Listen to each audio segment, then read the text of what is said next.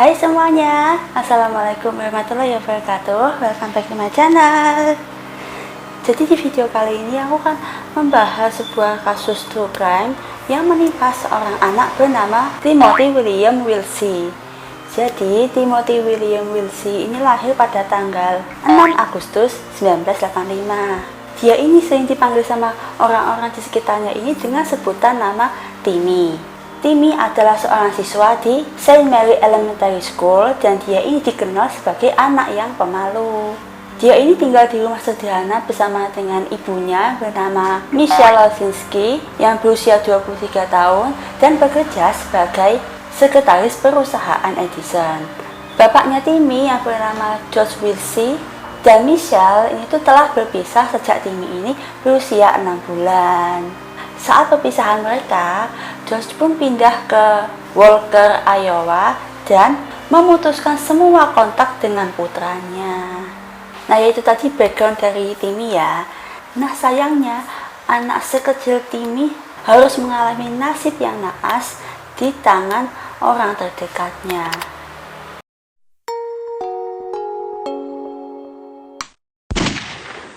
Jadi kejadiannya itu dimulai malam tanggal 25 Mei 1991 ketika polisi Amboy Selatan ini tuh menerima telepon dari Michelle yang putus asa karena anaknya hilang.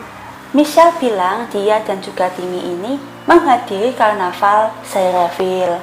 Nah, sekitar pukul 7.30 malam, Michelle ini ceritanya pergi meninggalkan Timmy sebentar buat beli soda di kios terdekat. Nah, setelah Michelle ini balik, Timmy udah nggak ada. Karnaval pun langsung dihentikan. Sementara polisi mulai melakukan pencarian kan di sekitar situ, yang dibantu oleh para relawan. Ada lebih dari 300 warga yang berpartisipasi dalam pencariannya Timmy. Polisi negara bagian juga menjelajahi daerah itu dengan helikopter, sedangkan unit penyelaman dikirim juga buat mencari di kolam-kolam terdekat. Tapi pencarian itu tetap tidak menemukan keberadaan Timmy. Timmy digambarkan berumur 5 tahun, terus memiliki tinggi 90 cm, berat sekitar 20 kg, dengan rambut coklat, mata coklat, dan memiliki bekas luka di pipi kanan dan dagu karena gigitan anjing. Nah, pada saat malam kejadian itu, Timmy ini menggunakan tank top merah, celana pendek selutut, dan sepatu kets Teenage Mutant Ninja Turtle. Wajah Timmy juga ditampilkan di karton susu di seluruh negara bagian. Kasus ini tuh sempat menarik banyak perhatian orang dan juga ditampilkan di America's Most Wanted. Nah, orang pertama yang dipastikan tidak terlibat dalam hilangnya Timmy ini adalah ayahnya Timmy, yaitu Josh. Karena pada saat hari hilangnya Timmy, Josh ini tuh posisinya berada di rumah yang jaraknya itu 500 mil dari rumahnya Timmy. Dan banyak juga yang mengklaim kalau alibinya Josh ini tuh benar. Selain itu, dia juga nggak punya alasan buat menculik atau menyakiti Timmy, karena Josh ini tuh nggak tertarik untuk melihat atau bahkan berbicara dengan Timmy selama 5 tahun terakhir. Jadi motif apa kan yang mungkin dia miliki itu kan. Terus Michelle serta orang tuanya, Ed dan Alice Losinski, diinterogasi sejak awal dalam penyelidikan. Nah, di hari-hari setelah hilangnya Timmy ini, Ed dan Alice ini tuh memohon supaya Timmy itu bisa segera ditemukan. Tapi Michelle malah enggan memberikan keterangannya. Jadi kurang kooperatif itu loh. Pada akhir bulan Mei, ceritanya Michelle tentang apa yang terjadi di malam hilangnya Timmy ini tuh mulai dipertanyakan. Yang dimana penyidik ini tuh tidak dapat menguatkan klaimnya Michelle ketika para penyidik ini tuh tidak dapat menemukan saksi yang melihat Timmy di karnaval itu. Beberapa minggu setelah hilangnya Timmy, penduduk setempat dan pejabat hukum pun mulai mempertanyakan tingkahnya Michelle. Di mana Michelle ini tuh menerima kritik atas sikapnya yang angkuh terhadap hilangnya putra satu-satunya. Selain itu, Michelle tuh juga selalu berubah ceritanya tentang apa yang terjadi di malam itu beberapa kali ketika dia ini tuh diinterogasi sama polisi. Michelle awalnya memberitahu polisi kalau dia ini tuh kan meninggalkan Timmy untuk membeli soda, terus balik lagi Timmy-nya udah nggak ada gitu kan. Nah, pas si Michelle ini dibawa lagi ke kantor polisi buat diinterogasi lagi di tanggal 6 Juni. Kali ini dia tuh datang dengan cerita yang berbeda. Dia bilang kalau Timmy ini telah diculik oleh 2 orang pria di bawah todongan pisau. Michelle kembali ditanyai lagi keesokan harinya dan kisahnya berubah lagi. Michelle bilang kalau ada seorang wanita bernama Ellen yang menawarkan untuk mengawasi Timmy saat Michelle ini pergi ke kios terdekat buat beli soda. Menurut ceritanya Michelle kali ini, dia ini diancam sama seorang pria yang tidak dikenal dengan pisau dan melarikan diri dari karnaval bersama Ellen dan Timmy. Selain itu, Michelle juga gagal beberapa tes poligraf sehubungan dengan apa yang terjadi di malam karnaval itu.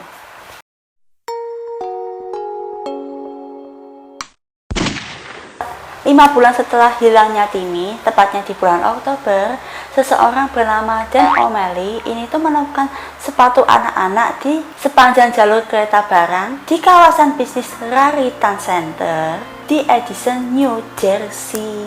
Nah, setelah diperiksa lebih lanjut, dia melihat kalau di sepatu kecil ini tuh ada motif Teenage Mutant Ninja Turtle di sampingnya. Lihat motif itu, dia langsung teringat tentang posternya Timmy yang terpampang di sekitar kota dengan deskripsi sepatunya. Nah, ketika sepatunya ini ditunjukkan kepada Michelle, Michelle langsung menyatakan kalau sepatu itu tuh bukan miliknya Timmy. Padahal sepatunya udah sesuai sama deskripsinya. Tapi Michelle bilang, oh ini bukan sepatu anak saya ini, bukan. Itu. Nah, setelah ditemukan sepatu itu, teman dan juga keluarganya Michelle kan kembali diinterogasi. Mereka mengungkapkan informasi baru yang memungkinkan kalau Michelle ini tuh tahu sesuatu tentang hilangnya Timmy. Beberapa orang yang mengenal Michelle dan juga Timmy itu merasa terkejut ketika mereka ini mendengar tentang penemuan sepatu itu. Terkejutnya itu bukan karena motif di sepatunya, tapi mereka sangat terkejut karena Michelle ini tuh sebelumnya bekerja di kompleks Raritan Center di mana sepatu itu ditemukan. Nah, ketika penyelidik meminta Michelle untuk menjelaskan riwayat pekerjaannya yang lengkap, Michelle ini tuh malah menghilangkan lokasi ini. Aneh kan? Aneh kan? Aneh kan? Nah, pada tanggal 23 April 1992, saat para penyidik ini tuh mencari sekitar 125 meter dari ditemukannya sepatu kets itu, di samping tumpukan sampah dan kotoran hewan, mereka menemukan ada tengkorak kecil yang sebagian tuh udah terendam di sungai yang dikenal sebagai Sungai Rute Merah yang mengalir ke Sungai Raritan. Mereka juga menemukan sepatu kets kedua yang sangat cocok dengan sepatu kets yang pertama, serta selimut biru dan putih, dan juga balon. Keesokan paginya baru terungkap kalau tengkorak itu adalah tengkoraknya Timmy dari catatan gigi. Jaksa Middlesex County Robert Gap mengumumkan bahwa kematiannya Timmy ini tuh dipastikan karena dia ini tuh dihilangkan nyawanya.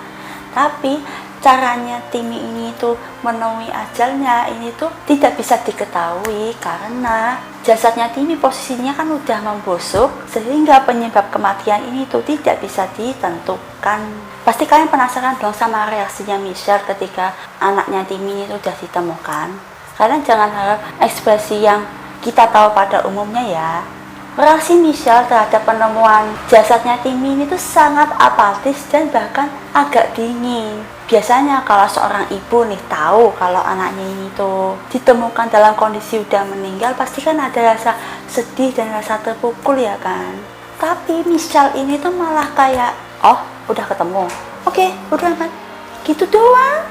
Jadi emosinya ini tidak mencerminkan seorang ibu yang baik.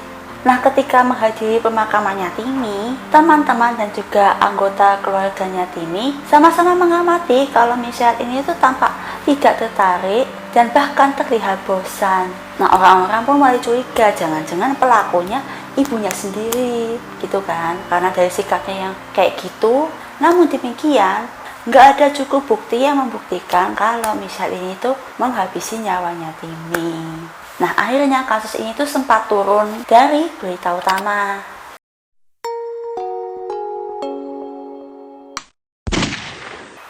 Nah, pada pertengahan Juli, Michelle berkemas dan meninggalkan Amboy Selatan dan pindah ke Woodbridge. Nah, kasusnya Timmy itu akhirnya naik lagi ketika munculnya headline Mother of Slain Boy reported missing di The Star Ledger pada 22 Januari 1994, di mana 1,5 tahun telah berlalu sejak tengkorak Timmy ditemukan dan Michelle kembali menjadi hot topic lagi. Nah, ketika namanya naik lagi, Michelle ini tuh berusaha melakukan pelarian dari penegak hukum. Selama bertahun-tahun, Michelle menjalani kehidupan tanpa nama di Florida.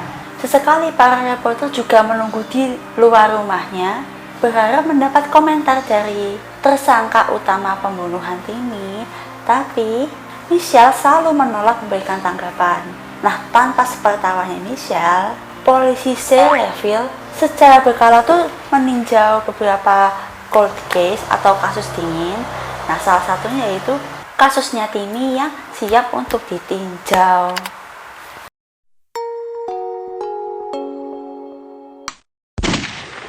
Nah, di ulang tahun ke-29-nya Timmy, Michelle pun ditangkap atas kasus penghilangan nyawa anaknya. Nah, ketika kasus ini tuh diserahkan kepada juri untuk ditinjau lebih lanjut, diputuskan kalau Michelle ini dengan sengaja menghilangkan nyawanya Timothy Wesley atau dengan sengaja menimbulkan cedera tubuh serius pada Timothy Wesley yang menyebabkan kematiannya. Seorang hakim memerintahkan bahwa Michelle tidak diizinkan untuk mengirim jaminan dan akan tetap berada di penjara Florida sampai dia ini tuh diekstradisi ke New Jersey untuk menghadiri persidangan pertamanya.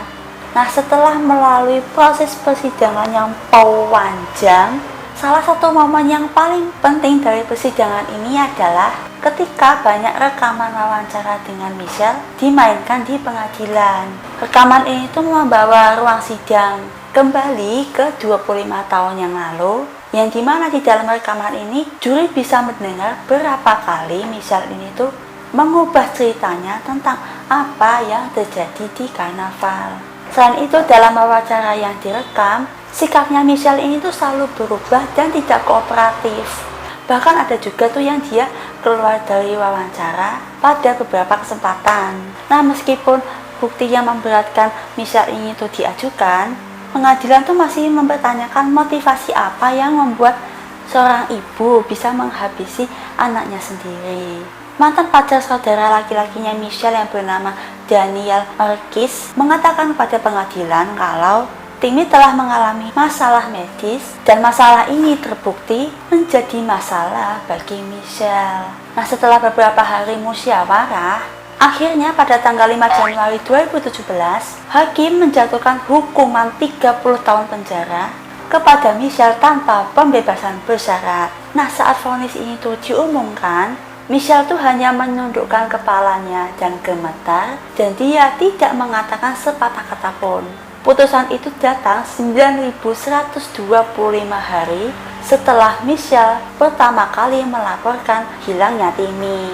Jasadnya Timmy pun dimakamkan di Saint Joseph Cemetery di New Jersey, USA. Ya guys, itu tadi adalah kasus penghilangan nyawa yang menimpa Timothy William Wesley yang ternyata dihabisi oleh ibu kandungnya sendiri.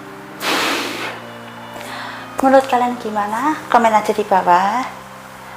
So I hope you guys enjoy this video and see ya. Wassalamualaikum warahmatullahi wabarakatuh.